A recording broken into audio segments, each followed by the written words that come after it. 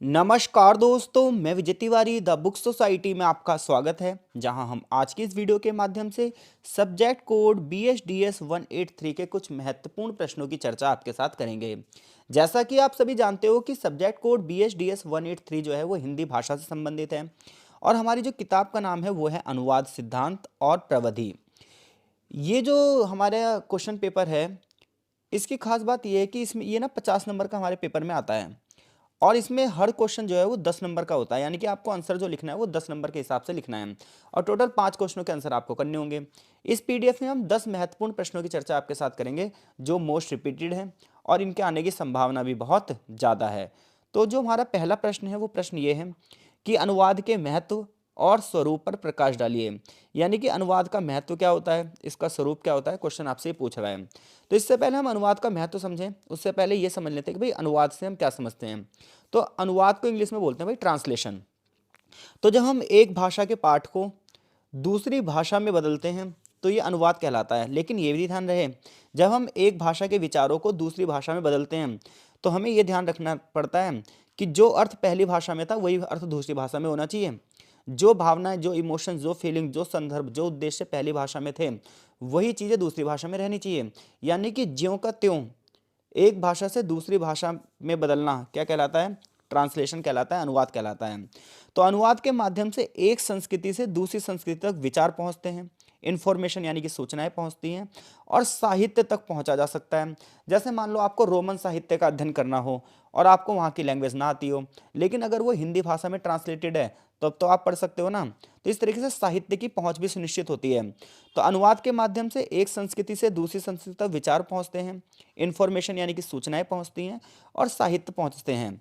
ये लेकिन एक जटिल प्रोसेस है, ये इतना आसान प्रोसेस नहीं है। इसके लिए हमें भाषा की समझ चाहिए, सांस्कृतिक अंतर्दृष्टि चाहिए और बिल्कुल सटीकता की आवश्यकता होती है, क्योंकि इसमें लगभग में चीज़ें नहीं चलती हैं, इसमें एज इट इज़ उतनी की उतनी चीज़ें चलती हैं। अब हम बात करते हैं अनुवाद का महत्व क्या है। तो अनुवाद का जो महत्व है, सबसे पहली बात तो यह है कि इससे सांस्कृतिक आदान प्रदान को बढ़ावा मिलता है। तो अनुवाद विभिन्न संस्कृतियों के बीच एक पुल का काम करता है।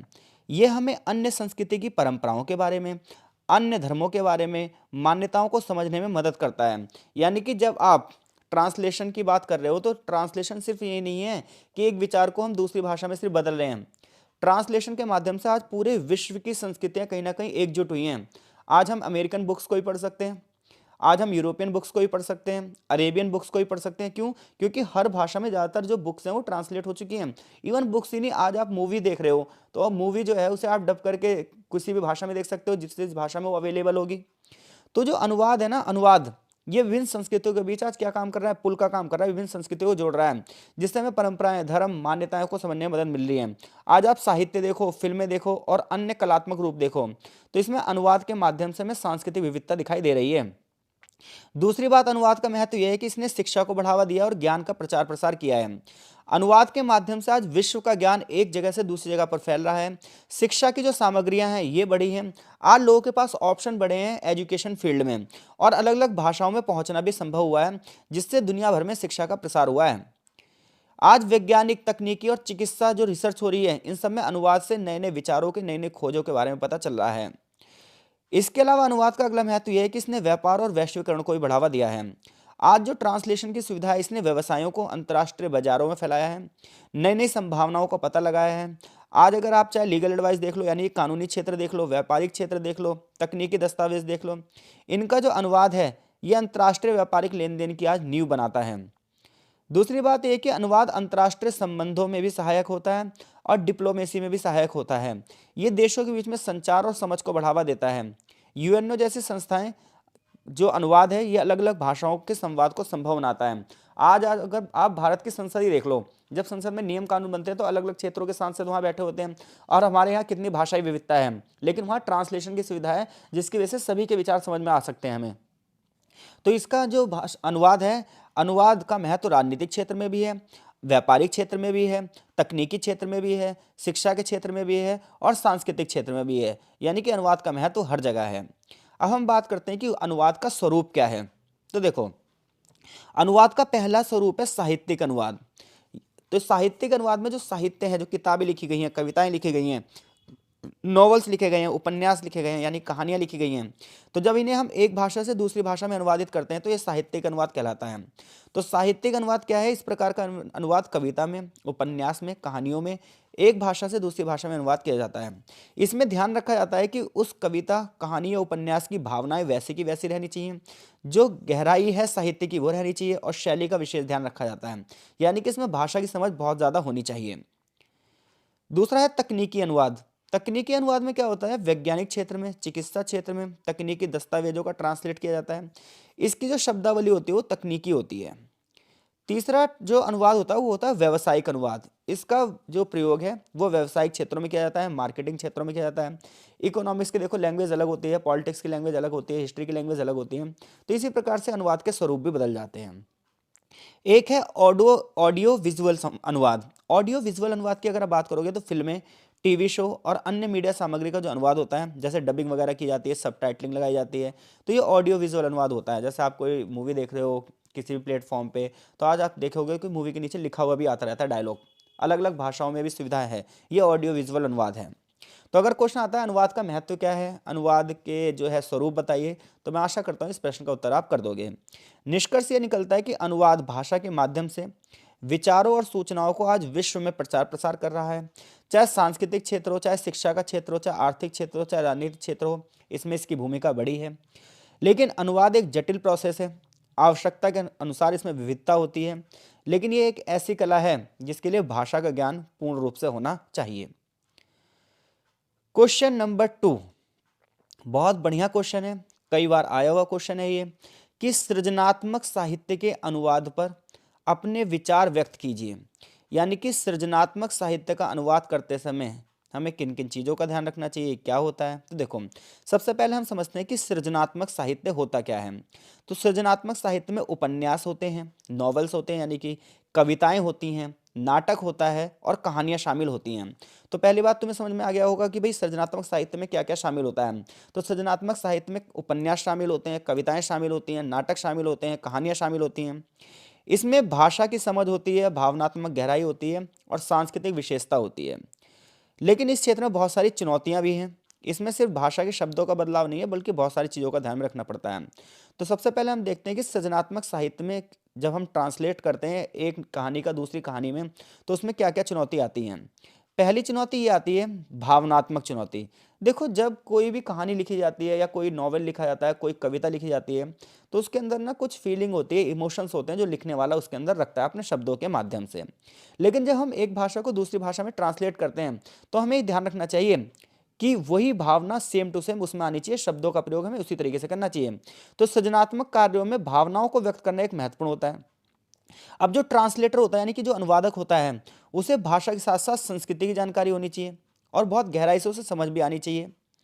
जितने भी संदर्भ हैं, प्रतीक हैं, उनका सही से अनुवाद करना चाहिए, ताकि जो कहानी का मूल संदेश है उसके साथ न्याय प्राप्त हो सके। तो भैया सृजनात्मक साहित्य के सामने पहली चुनौती यह है कि जब एक भाषा से दूसरी भाषा में ट्रांसलेट किया जाता है, तो कहीं ना कहीं उसकी जो भावनाएं हैं वो कम होती ही होती हैं। अब ऐसे में अभी तक ऐसा मैंने कोई अनुवाद नहीं देखा है जिसमें 100% वैसी वैसी फीलिंग आए। आप कोई ना किताब पढ़ना जो ओरिजिनल इंग्लिश में लिखी गई हो, फिर ना आप उसे हिंदी में पढ़ना, आप देख लेना शब्दों में अंतर आएगा। या कोई किताब जो हिंदी में लिखी गई हो ओरिजिनल, अब उसे आप इंग्लिश में पढ़ना, आप ये देख लेना शब्दों के अर्थ की जो गहराइयाँ हैं उसमें अंतर आएगा ही आएगा, वो फीलिंग नहीं आएगी जो फीलिंग आनी चाहिए ओरिजिनलिटी में। तो सृजनात्मक साहित्य में सबसे पहले चुनौती ये हो गई कि जो ओरिजिनल लिखी गई है भावनाएं, वही दूसरी भाषा में आ पा रही हैं या नहीं आ पा रही हैं। दूसरा है शैली और रूप। सृजनात्मक साहित्य का अनुवाद करते समय हमें यह देखना पड़ेगा लेखक ने उसे किस शैली में लिखा है, लेखक ने उसे किस रूप में लिखा है। जैसे कविताओं में तुकबंदी होती है, लय होती है, ध्वनि होती है, तो जब हम उसे अनुवाद करते हैं दूसरी भाषा में, तो यह बहुत कठिन कार्य होता है, क्योंकि हिंदी कविता लेखन के अलग कार्य हैं, अलग तरीके हैं। इंग्लिश में कविता लेखन के अलग तरीके हो सकते हैं, अन्य भाषाओं में कविता लेखन के अलग तरीके हो सकते हैं। तो ऐसे में तुकबंदी, लय, ध्वनि को किस तरीके से ट्रांसलेट किया जाए, ये बहुत जटिल कार्य है। तीसरी बात है लेखक की आवाज़। हर एक लेखक ना जो लाइनें लिखता है उसका अपना विशेष अर्थ होता है। इसके लिए भाषाई कौशल नहीं बल्कि साहित्यिक संवेदना भी चाहिए होती है। अब ट्रांसलेशन में ये बड़ी चुनौती आती है। तो सृजनात्मक साहित्य के अनुवाद की चुनौतियाँ क्या है, ये पता चल गया आपको। अब बात यह कि महत्व क्या है। महत्व वही, सृजनात्मक साहित्य क्या कर रहा है, बड़े पैमाने पर संस्कृतियों को जोड़ रहा है। आज पूरे विश्व में डाइवर्सिटी है कि आप कहीं का भी साहित्य पढ़ सकते हो। वैश्विक साहित्य दृष्टिकोण है इसमें। आज जो अनुवाद के माध्यम से लेखक का काम सिर्फ ये नहीं है कि वो अपने किसी एक क्षेत्र तक अपनी आवाज पहुंचा रहा है, आज वो विश्व तक अपनी आवाज पहुंचा रहा है। अनुवाद के कारण आज किताबों भी बहुत ज़्यादा बढ़ गई हैं। आज हम अलग अलग क्षेत्रों के साहित्य का आनंद ले सकते हैं, शिक्षा बढ़ी है, अवेयरनेस बढ़ी है। तो सृजनात्मक साहित्य का अनुवाद करना एक जटिल प्रोसेस हो सकता है, लेकिन इसका महत्व तो बहुत तगड़ा है। आशा करता हूँ ये क्वेश्चन पेपर में आया तो आप अच्छे से कर दोगे। क्वेश्चन नंबर 3 है हमारा कि भाषिक और भाषेतर कोश को उदाहरण से ही समझाइए। तो देखो, भाषिक और भाषेतर कोश भाषा विज्ञान में दो प्रमुख अवधारणाएं हैं। तो सबसे पहले हम इनका उपयोग समझते हैं कि भाषिक कोश क्या होता है, लिंग्विस्टिक कॉन्टेक्स्ट क्या होता है। तो भाषिक कोश वह जानकारी है जो पाठ या कथन के पूर्व और बाद के भागों में मिलती है। इससे हमें शब्दों के अर्थ और वाक्यों के अर्थ को समझने में मदद मिलती है। फॉर एग्जाम्पल, मान लीजिए वाक्य ये है कि राम ने किताब पढ़ी, वह बहुत रोचक थी। यहाँ पर जब आप इसका अर्थ निकालोगे तो जो ये वर्ड है ना, वह शब्द राम के लिए यूज नहीं हुआ है, बल्कि ये किताब के लिए यूज हुआ है। यह जानकारी भाषिक कोश से प्राप्त होती है। वाक्य के पहले भाग में किताब का उल्लेख होने के कारण हम समझ सकते हैं कि वह का तात्पर्य किताब से है। तो भाषिक कोश वह जानकारी है जो किसी पाठ या स्टेटमेंट से पहले या बाद के भागों में मिलती है। उस भाषा से हमें वो जानकारी मिलती है। इससे हमें शब्दों के अर्थ समझने में मदद मिलती है, वाक्यों के अर्थ समझने में मदद मिलती है, जैसा कि यहाँ पे उदाहरण दिया गया है। अब हम बात करते हैं भाषेतर कोश की।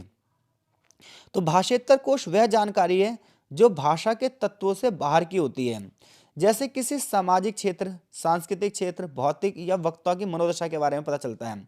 उदाहरण के लिए देखो, मान लीजिए दो व्यक्ति किसी लाइब्रेरी में हैं। उनमें से एक कहता है यहाँ बहुत शांति है, यहाँ बहुत शांति है। अब जो यहाँ का मतलब है ना, ये इस यहाँ का मतलब है पुस्तकालय से, यानी कि लाइब्रेरी में बहुत शांति है। और ये जानकारी लेकिन हमें भाषा साहित्य से नहीं मिलती है, ये हमें मिलती है भाषेतर कोश से। इसमें जो वक्ता यानी कि बोलने वाला है, जो श्रोता जो सुनने वाला है, दोनों जानते हैं कि वो पुस्तकालय में है, इसलिए उन्हें यह कहने की आवश्यकता नहीं है कि यहाँ का अर्थ क्या है। यानी कि भाषा वाली जो जानकारी है, भाषा जो कोश है, वो वहीं पर उसी शब्द का अर्थ बताएगा, उसी पैराग्राफ में बताएगा। लेकिन भाषेतर कोश में कोई सामाजिक स्थिति हो सकती है, कोई सांस्कृतिक स्थिति हो सकती है, किसी क्षेत्र की मनोदशा क्या, समय क्या है। तो ये सारी चीज़ें जानकारी जो है हमें वो भाषा से अलग कोश से मिलती है, ये भाषेतर कोश कहलाता है। तो इन दोनों कोश का उचित उपयोग भाषा में संप्रेषणीयता यानी कि बातचीत को बढ़ावा देता है, ध्वनि और पाठ के अर्थ को गहराई से समझने में सहायक होता है।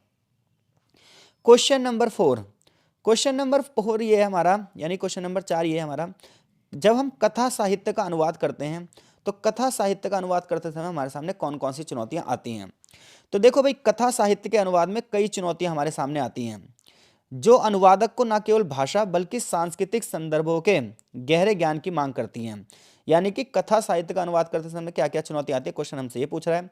और कथा साहित्य के अनुवाद में बहुत सारी चुनौतियां हैं, और उनमें से चुनौती सिर्फ ये नहीं है कि भाषा का संदर्भ हो, बल्कि साथ साथ पूरा का पूरा जितना भी सामाजिक ज्ञान है वो भी पता होना चाहिए। तो देखो, क्योंकि हर क्षेत्र में अलग अलग तरीके की कथाएं प्रचलित होती हैं और उसे मानने वाले भी लोग अलग अलग होते हैं, तो उसमें वो फीलिंग, वो इमोशंस रखने पड़ते हैं। तो देखो भाई, अब हम बात कर रहे हैं कि कथा साहित्य के अनुवाद में क्या क्या चुनौतियां आती हैं।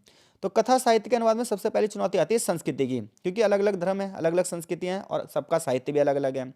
तो जो कथा साहित्य है आमतौर पर किसी एक समाज से जुड़ा होता है, किसी एक संस्कृति से जुड़ा होता है जिसके लिए ये लिखा गया है।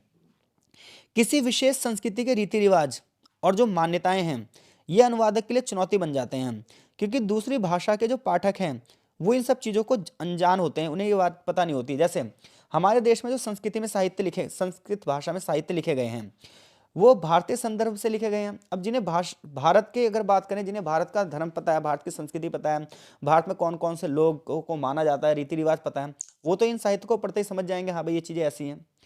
लेकिन जो बाहर के लोग इसे पढ़ेंगे उन्हें थोड़ी पता चलेगा इसमें क्या है क्या नहीं है।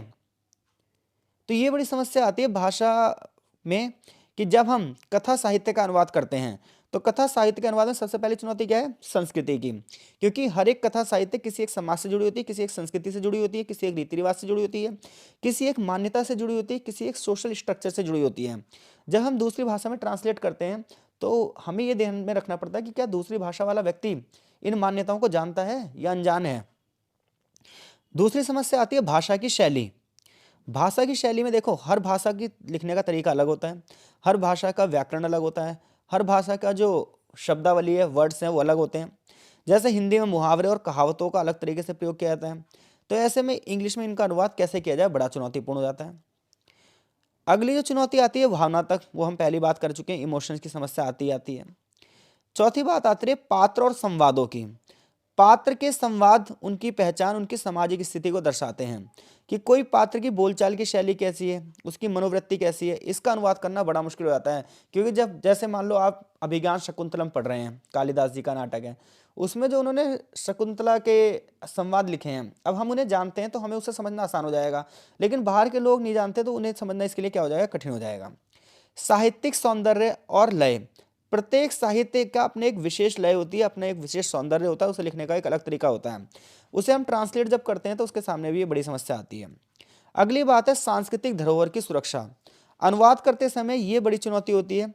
अनुवादक को ये ध्यान में रखना पड़ता है कि साहित्य का जो सार है उसे सुरक्षित रखा जाए, क्योंकि हर देश का जो साहित्य है वो उस देश की पहचान होती है। इन सभी चुनौतियों का समाधान जब भी हो सकता है जब भाषा का पूरी गहराई से अध्ययन किया जा सके, और हर संस्कृति में, जिस संस्कृति में हम ट्रांसलेट कर रहे हैं, उसका भी हमें पूरा ज्ञान होना चाहिए। क्वेश्चन नंबर 5, साहित्यिक अनुवाद के महत्व को समझाइए। तो देखो, साहित्यिक जो अनुवाद है इसका महत्व यह है कि पूरे विश्व में संस्कृतियों का आदान प्रदान होता है, जो कि हमने पहले क्वेश्चन में भी चर्चा कर ली थी। साहित्यिक धरोहर की उपलब्धता है, क्योंकि पूरे विश्व में इसके पाठक निरंतर पढ़ते जाते हैं। इससे भाषा समझ का विकास होता है, विश्व में बातचीत को बढ़ावा मिलता है, और शिक्षा में योगदान को बढ़ावा मिलता है। भाषा का भी इससे विकास होता है। तो साहित्य अनुवाद न सिर्फ पाठकों के लिए बल्कि पूरी विश्व की संस्कृति के पुल के रूप में कार्य करता है। इस क्वेश्चन पे मैंने ज़्यादा जोर इसलिए नहीं दिया है क्योंकि पहला जो क्वेश्चन हमने पढ़ा था तो उसी से रिलेटेड ये क्वेश्चन है और बहुत अच्छे से हो जाएगा। क्वेश्चन नंबर जो 6 है, 10 के 10 क्वेश्चन हम इसी वीडियो में कवर करेंगे, तो आप वीडियो को अंत तक देख लीजिए और 10 के 10 क्वेश्चन अपने अच्छे से समझ लीजिए, ताकि कोई भी क्वेश्चन इसमें से आए तो आप कर दोगे। क्वेश्चन ये अगला हमारा 6 क्वेश्चन जो है वो ये है, काव्य अनुवाद की कठिनाइयों का सोदाहरण स्पष्ट कीजिए। यानी कि जो कविता है जब हम उसका ट्रांसलेशन करते हैं तो क्या क्या समस्या आती है, उदाहरण से हमें बताना है। तो देखो भाई, कविताओं को अनुवाद करें, अगर हम कविताओं का ट्रांसलेशन करें हम, तो बहुत सारी चुनौतियां हैं, क्योंकि हर कविता का अपनी सौंदर्य अलग होता है, भावनाएं अलग होती हैं, अर्थ अलग होता है। ऐसे में कविता, हिंदी की कोई कविता अगर हम इंग्लिश में ट्रांसलेट करें तो हमें कितनी समस्याएं आएंगी। बिल्कुल यही चीज़ है। तो लय और छंद, सबसे पहली बात यह है कि हर कविता की एक विशेषता होती है कि उसकी एक लय होती है, उसके अलग छंद होते हैं जो उसे संगीत में बनाते हैं। किसी भी कविता का ट्रांसलेट करते समय इन चीज़ों को हमें ध्यान रखना पड़ता है, और ये बहुत कठिन चीज़ हो जाती है कि एक भाषा से दूसरी भाषा में कविता को कैसे ट्रांसलेट किया जाए। हर कविता में, कविता की खास बात ये होती है कि हर शब्द में एक गहराई छुपी होती है। कविता अक्सर भावनाओं की गहराई को व्यक्त करती है, इमोशंस को व्यक्त करती है, और दूसरी भाषा में भी वही इमोशंस लाने बड़ी समस्या हो जाती है। हर संस्कृति में अलग अलग शब्द चलते हैं। कविताओं में जो उपयोग किए गए शब्द हैं इनका हर संस्कृति में अर्थ अलग होता है, प्रतीक अलग होते हैं। ऐसे में दूसरी भाषा के भी सेम वही शब्द निकालने बड़े कठिन हो जाते हैं। कविता की सुंदरता उसकी भाषा शैली होती है, उसके प्रतीक होते हैं, उसके बिंब होते हैं, और अनुवाद के दौरान इन सबको बनाए रखना बड़ा कठिन होता है। ऐसे में मूल आत्मा मर जाती है ट्रांसलेशन में कई बार।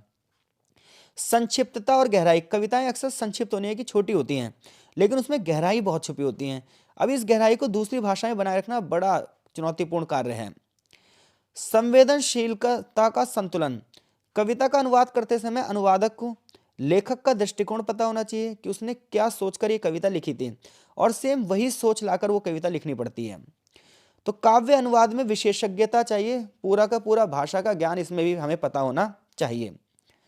क्वेश्चन नंबर 7, 8, 9, 10 ये चारों क्वेश्चन थोड़े से अलग हैं। 6 क्वेश्चन ये लगभग एक जैसे ही थे, और मैं आपको क्वेश्चन पेपर दिखा दूंगा। ये 6 के 6 क्वेश्चन पे जो थे वो 2023 के क्वेश्चन पेपर में एक साथ आए थे।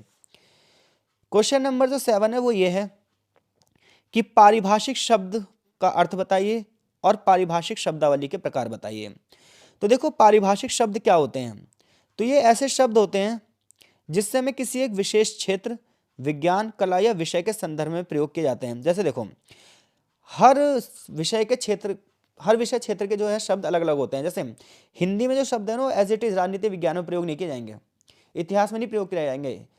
अगर साइंस के क्षेत्र में करें हम, फिजिक्स, केमिस्ट्री, बायोलॉजी में, वो एकदम से वो वर्ड यूज नहीं किए जाएंगे। तो पारिभाषिक शब्द का मतलब है ऐसे विशेष शब्दों की बात कर रहे हैं हम, जो किसी विशेष क्षेत्र में प्रयोग होते हैं, दूसरे क्षेत्रों में हम उनका प्रयोग नहीं कर सकते। परिभाषिक शब्दावली के कुछ प्रकार हैं। जैसे एक होती है वैज्ञानिक शब्दावली, इसमें विज्ञान विषय से संबंधित जो शाखाएं होती हैं जैसे भौतिकी, फिजिक्स, रसायन विज्ञान यानी केमिस्ट्री, जीव विज्ञान यानी कि बायो, इन सब जगह पर जो शब्द प्रयोग किए जाते हैं उन सबको इस शब्दावली में, इस डिक्शनरी में हमें मिलती हैं। जैसे पदार्थ का अर्थ क्या है, संवेग, समस्थानिक, ये सब भौतिकी के शब्द हैं। एक होती है तकनीकी शब्दावली, जैसे इंजीनियरिंग के क्षेत्र में, इंफॉर्मेशन टेक्नोलॉजी के क्षेत्र में इन शब्दों का प्रयोग किया जाता है। उदाहरण के लिए एल्गोरिदम, डेटाबेस, प्रोटोकॉल, कंप्यूटर विज्ञान, ये सब तकनीकी शब्द हैं। एक होती है कानूनी शब्दावली, जो कानून के क्षेत्र में प्रयोग की जाती है, जैसे अधिकार, संविदा, अधिनियम, ये सब कानूनी शब्दावली हैं। एक है चिकित्सा शब्दावली, ये चिकित्सा विज्ञान में यूज होती है, जैसे प्रसूति, ऑप्थेल्मोलॉजी, शल्य चिकित्सा, ये सब क्या है, चिकित्सा शब्दावली हैं। एक होती है वित्तीय शब्दावली, जो वित्त के क्षेत्र में यूज होती है, जैसे मुद्रास्फीति, बाजार, ऋण, बैंकिंग के क्षेत्र में यूज होती है सब। धार्मिक जो शब्दावली होती है धर्म और संस्कृति के क्षेत्र में यूज होती है, जैसे मोक्ष, धर्म, निर्वाण, ये निर्वाण है, ठीक है भाई, ऐसा लिखते हैं निर्वाण, मोक्ष की प्राप्ति होती है, निर्वाण, ठीक है। ये सब धार्मिक शब्द हैं। तो पारिभाषिक शब्दावली की समझ जब हमें होती है तो हम जिस क्षेत्र में जाते हैं हमें उस क्षेत्र की परिभाषिक शब्दावली के बारे में पूरा ज्ञान होना चाहिए। अगला क्वेश्चन है हमारा, प्रशासनिक हिंदी की मूलभूत अपेक्षाओं को रेखांकित करते हुए इसमें अनुवाद की भूमिका पर अपने विचार व्यक्त कीजिए। तो देखो भाई, प्रशासनिक हिंदी क्या होती है, पहली बात तो ये है। तो प्रशासनिक हिंदी में हम अपेक्षा ये रखते हैं कि इसमें सटीकता हो, स्पष्टता हो, सरलता हो और औपचारिकता हो। विभिन्न सरकारी कार्यालयों में, प्रशासनिक कार्यालयों में जो दस्तावेज तैयार किए जाते हैं उसमें जो हिंदी की भाषा होती है उसे हम प्रशासनिक हिंदी कहते हैं। प्रशासनिक हिंदी के कई सारे आयाम हैं। इसमें सबसे पहली बात तो ये सटीकता को ध्यान में रखा जाता है। प्रशासनिक हिंदी में जो भी शब्दों का प्रयोग किया जाएगा, वाक्यों का प्रयोग किया जाएगा, वो बिल्कुल सटीक होने चाहिए। किसी भी दस्तावेज में कोई भ्रम नहीं होनी चाहिए, कोई गलतफहमी नहीं होनी चाहिए, और इन्फॉर्मेशन जो है वो पूरी सही से होनी चाहिए। स्पष्टता, जितने भी निर्देश दिए गए हैं, नीतियां बनाई गई हैं, इन्फॉर्मेशन बनाई गई है, संक्षिप्त होनी चाहिए और सरल और सीधे वाक्यों का प्रयोग करना चाहिए। अगली बात यह है कि सरलता होनी चाहिए, भाषा सरल होनी चाहिए, जनता को समझ में आने वाली होनी चाहिए, ताकि जितने भी अधिकारी हैं नागरिक इसे आसानी से समझ सकें। और प्रशासनिक लेखन जो है औपचारिक होता है, ये भाषा का विशेष स्वरूप होता है जिसमें शैली का पालन किया जाता है। भूमिका क्या है इसकी? भूमिका यह है कि प्रशासनिक हिंदी महत्वपूर्ण भूमिका निभाती है भारत जैसे देश में, जहाँ बड़े पैमाने पर सरकारी कार्यालयों में इसका प्रयोग किया जाता है। इसके माध्यम से हम विभिन्न क्षेत्रों से आने वाले जो नागरिक हैं उन्हें आसानी से प्रशासनिक क्रियाओं के बारे में बताते हैं। सरकारी नीतियों तक सबकी पहुंच हो जा सकती है। संवैधानिक आवश्यकता भी है कि संविधान के दिशा निर्देश प्रशासनिक कार्यों में हिंदी का प्रयोग किया जाए, ऐसा संविधान में लिखा भी है। और जो है प्रशासनिक हिंदी जो है ये सांस्कृतिक भाईचारे को भी बढ़ावा देती है, ये इसका महत्व है। क्वेश्चन नंबर 9 है हमारा कि वैज्ञानिक और तकनीकी शब्दावली के निर्माण के सिद्धांत पर प्रकाश डालिए। यानी कि वैज्ञानिक शब्दावली का जब निर्माण किया जाता है, तकनीकी शब्दावली का निर्माण किया जाता है, तो किन सिद्धांतों को ध्यान में रखा जाता है? तो सेम वही, इसमें भी सटीकता को ध्यान में रखा जाएगा कि जिस क्षेत्र से संबंधित हम शब्दों का प्रयोग कर रहे हैं तो बिल्कुल सटीक रूप से यूज किए जाने चाहिए। शब्द ऐसे हों जिनका प्रयोग हर जगह किया जा सकता हो, सार्वभौमिकता होनी चाहिए। ये नहीं कि जो व्यक्ति लिख रहा है बस उसे ही पता हो, नहीं। वैज्ञानिक भाषा में, तकनीकी भाषा में कोई बाधा उत्पन्न ना हो, इसलिए भाषा ऐसी होनी चाहिए जिसको हर जगह से मान्यता मिली हो। शब्द संक्षिप्त होने चाहिए, ऐसे होने चाहिए जिनका उच्चारण करना क्या हो, सरल हो। नए विकास होने चाहिए, नए खोज होने चाहिए। तो विज्ञान और तकनीक में परिवर्तन हो रहे हैं, तो शब्दावली ऐसी होनी चाहिए जो नए शब्दों के निर्माण की अनुमति दे। शब्दावली में संपूर्णता होनी चाहिए और संगतता भी होनी चाहिए, और एक फ्लो होना चाहिए जिसके माध्यम से चीजें लगातार आगे बढ़ती रहें। लास्ट क्वेश्चन कर रहे हैं हम। क्वेश्चन ये हमारा, मीडिया में अनुवाद के समय किन किन बातों का ध्यान रखना चाहिए हमें? तो टोटल 5 क्वेश्चनों के आंसर करने हैं आपको, और मुझे पूरी आशा है कि 10 में से आपको 5 क्वेश्चन पेपर में मिल जाएंगे जब आप पेपर देने जाओगे। तो देखो, मीडिया में ट्रांसलेट करते समय किन किन महत्वपूर्ण बातों का हमें ध्यान रखना चाहिए? तो मीडिया में अनुवाद करते समय सबसे पहले हमें इस चीज़ का ध्यान रखना चाहिए कि जो इन्फॉर्मेशन हम दे रहे हैं वो बिल्कुल सटीक होनी चाहिए। अनुवादित सामग्री का जो मूल संदेश है वो बिल्कुल सटीकता से रखना चाहिए, ताकि जो आप शो कर रहे हो बिल्कुल उससे रिलेटेड ही वो शब्द होने चाहिए। इसके अलावा सांस्कृतिक संबंध, मीडिया के क्षेत्र में जब हम अनुवाद करते हैं तो हमें ध्यान रखना चाहिए कि किसी शब्द का अर्थ अलग संस्कृति में अलग हो सकता है और अलग संस्कृति में अलग। ऐसे में हर एक व्यक्ति जुड़ सके, ऐसे शब्दों का प्रयोग किया जाना चाहिए। तीसरी बात ये देखो, मीडिया में सारा खेल है बोलने के फ्लो का। अगर बोलने में फ्लो नहीं है तो फिर चीज़ें नहीं हो पाएंगी। तो शब्द लिखते समय हमें ये ध्यान रखना चाहिए कि भाषा का प्रवाह लगातार बना रहे। अनुवाद करते समय हमें यह भी आवश्यक ध्यान रखना चाहिए कि हमारा दर्शक कौन है।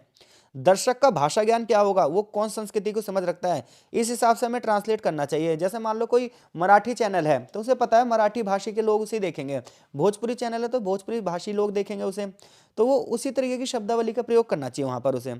अनुवाद का तरीका उसी माध्यम में होना चाहिए जिस तरीके से उसे प्रस्तुत किया जा रहा है। जैसे टेलीविजन के लिए अलग लेखन होता है, रेडियो के लिए अलग लेखन होता है, प्रिंट के लिए अलग लेखन होता है। राजनीतिक, सामाजिक या धार्मिक संवेदनशीलता के आधार पर अनुवाद करना चाहिए।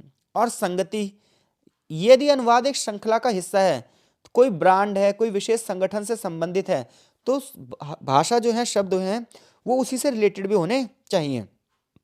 और समयबद्धता, मीडिया में तो सारा खेल किसका है, टाइम मैनेजमेंट का है, तो इस तरीके से अनुवाद करना चाहिए कि तय समय सीमा में उसे बोला भी जा सके। तो इन सभी बिंदुओं को ध्यान में रखते हुए अनुवाद का कार्य न केवल सूचना का प्रभावी संप्रेषण को सुनिश्चित करता है, बल्कि दर्शकों तक भी एक अच्छे से संवाद को पहुंचाने में मदद करता है। तो ये पूरी किताब जो है वो अनुवाद पर आधारित है। देखो, किताब पढ़नी बहुत ज़्यादा जरूरी है। हम एग्जाम टाइम पे जो इंपॉर्टेंट क्वेश्चन करते हैं इसमें हम पास तो हो जाते हैं, लेकिन अगर हमें भाषा का ज्ञान चाहिए भाई, तो आपको जो किताबें मिली हैं, बहुत अच्छी किताब है BSDS 183, मैंने इसका एक चैप्टर अपलोड भी कर रखा है। अगर आप उसे पढ़ोगे तो आपको पहले चैप्टर में पता चल जाएगा कि भाई कितनी बढ़िया गहराई से इस किताब को बनाया गया है। तो आशा करता हूँ फिर भी ये वीडियो आपके लिए एग्जाम के लिए हेल्पफुल रहेगी। कमेंट बॉक्स में अपनी प्रतिक्रिया जरूर दीजिए।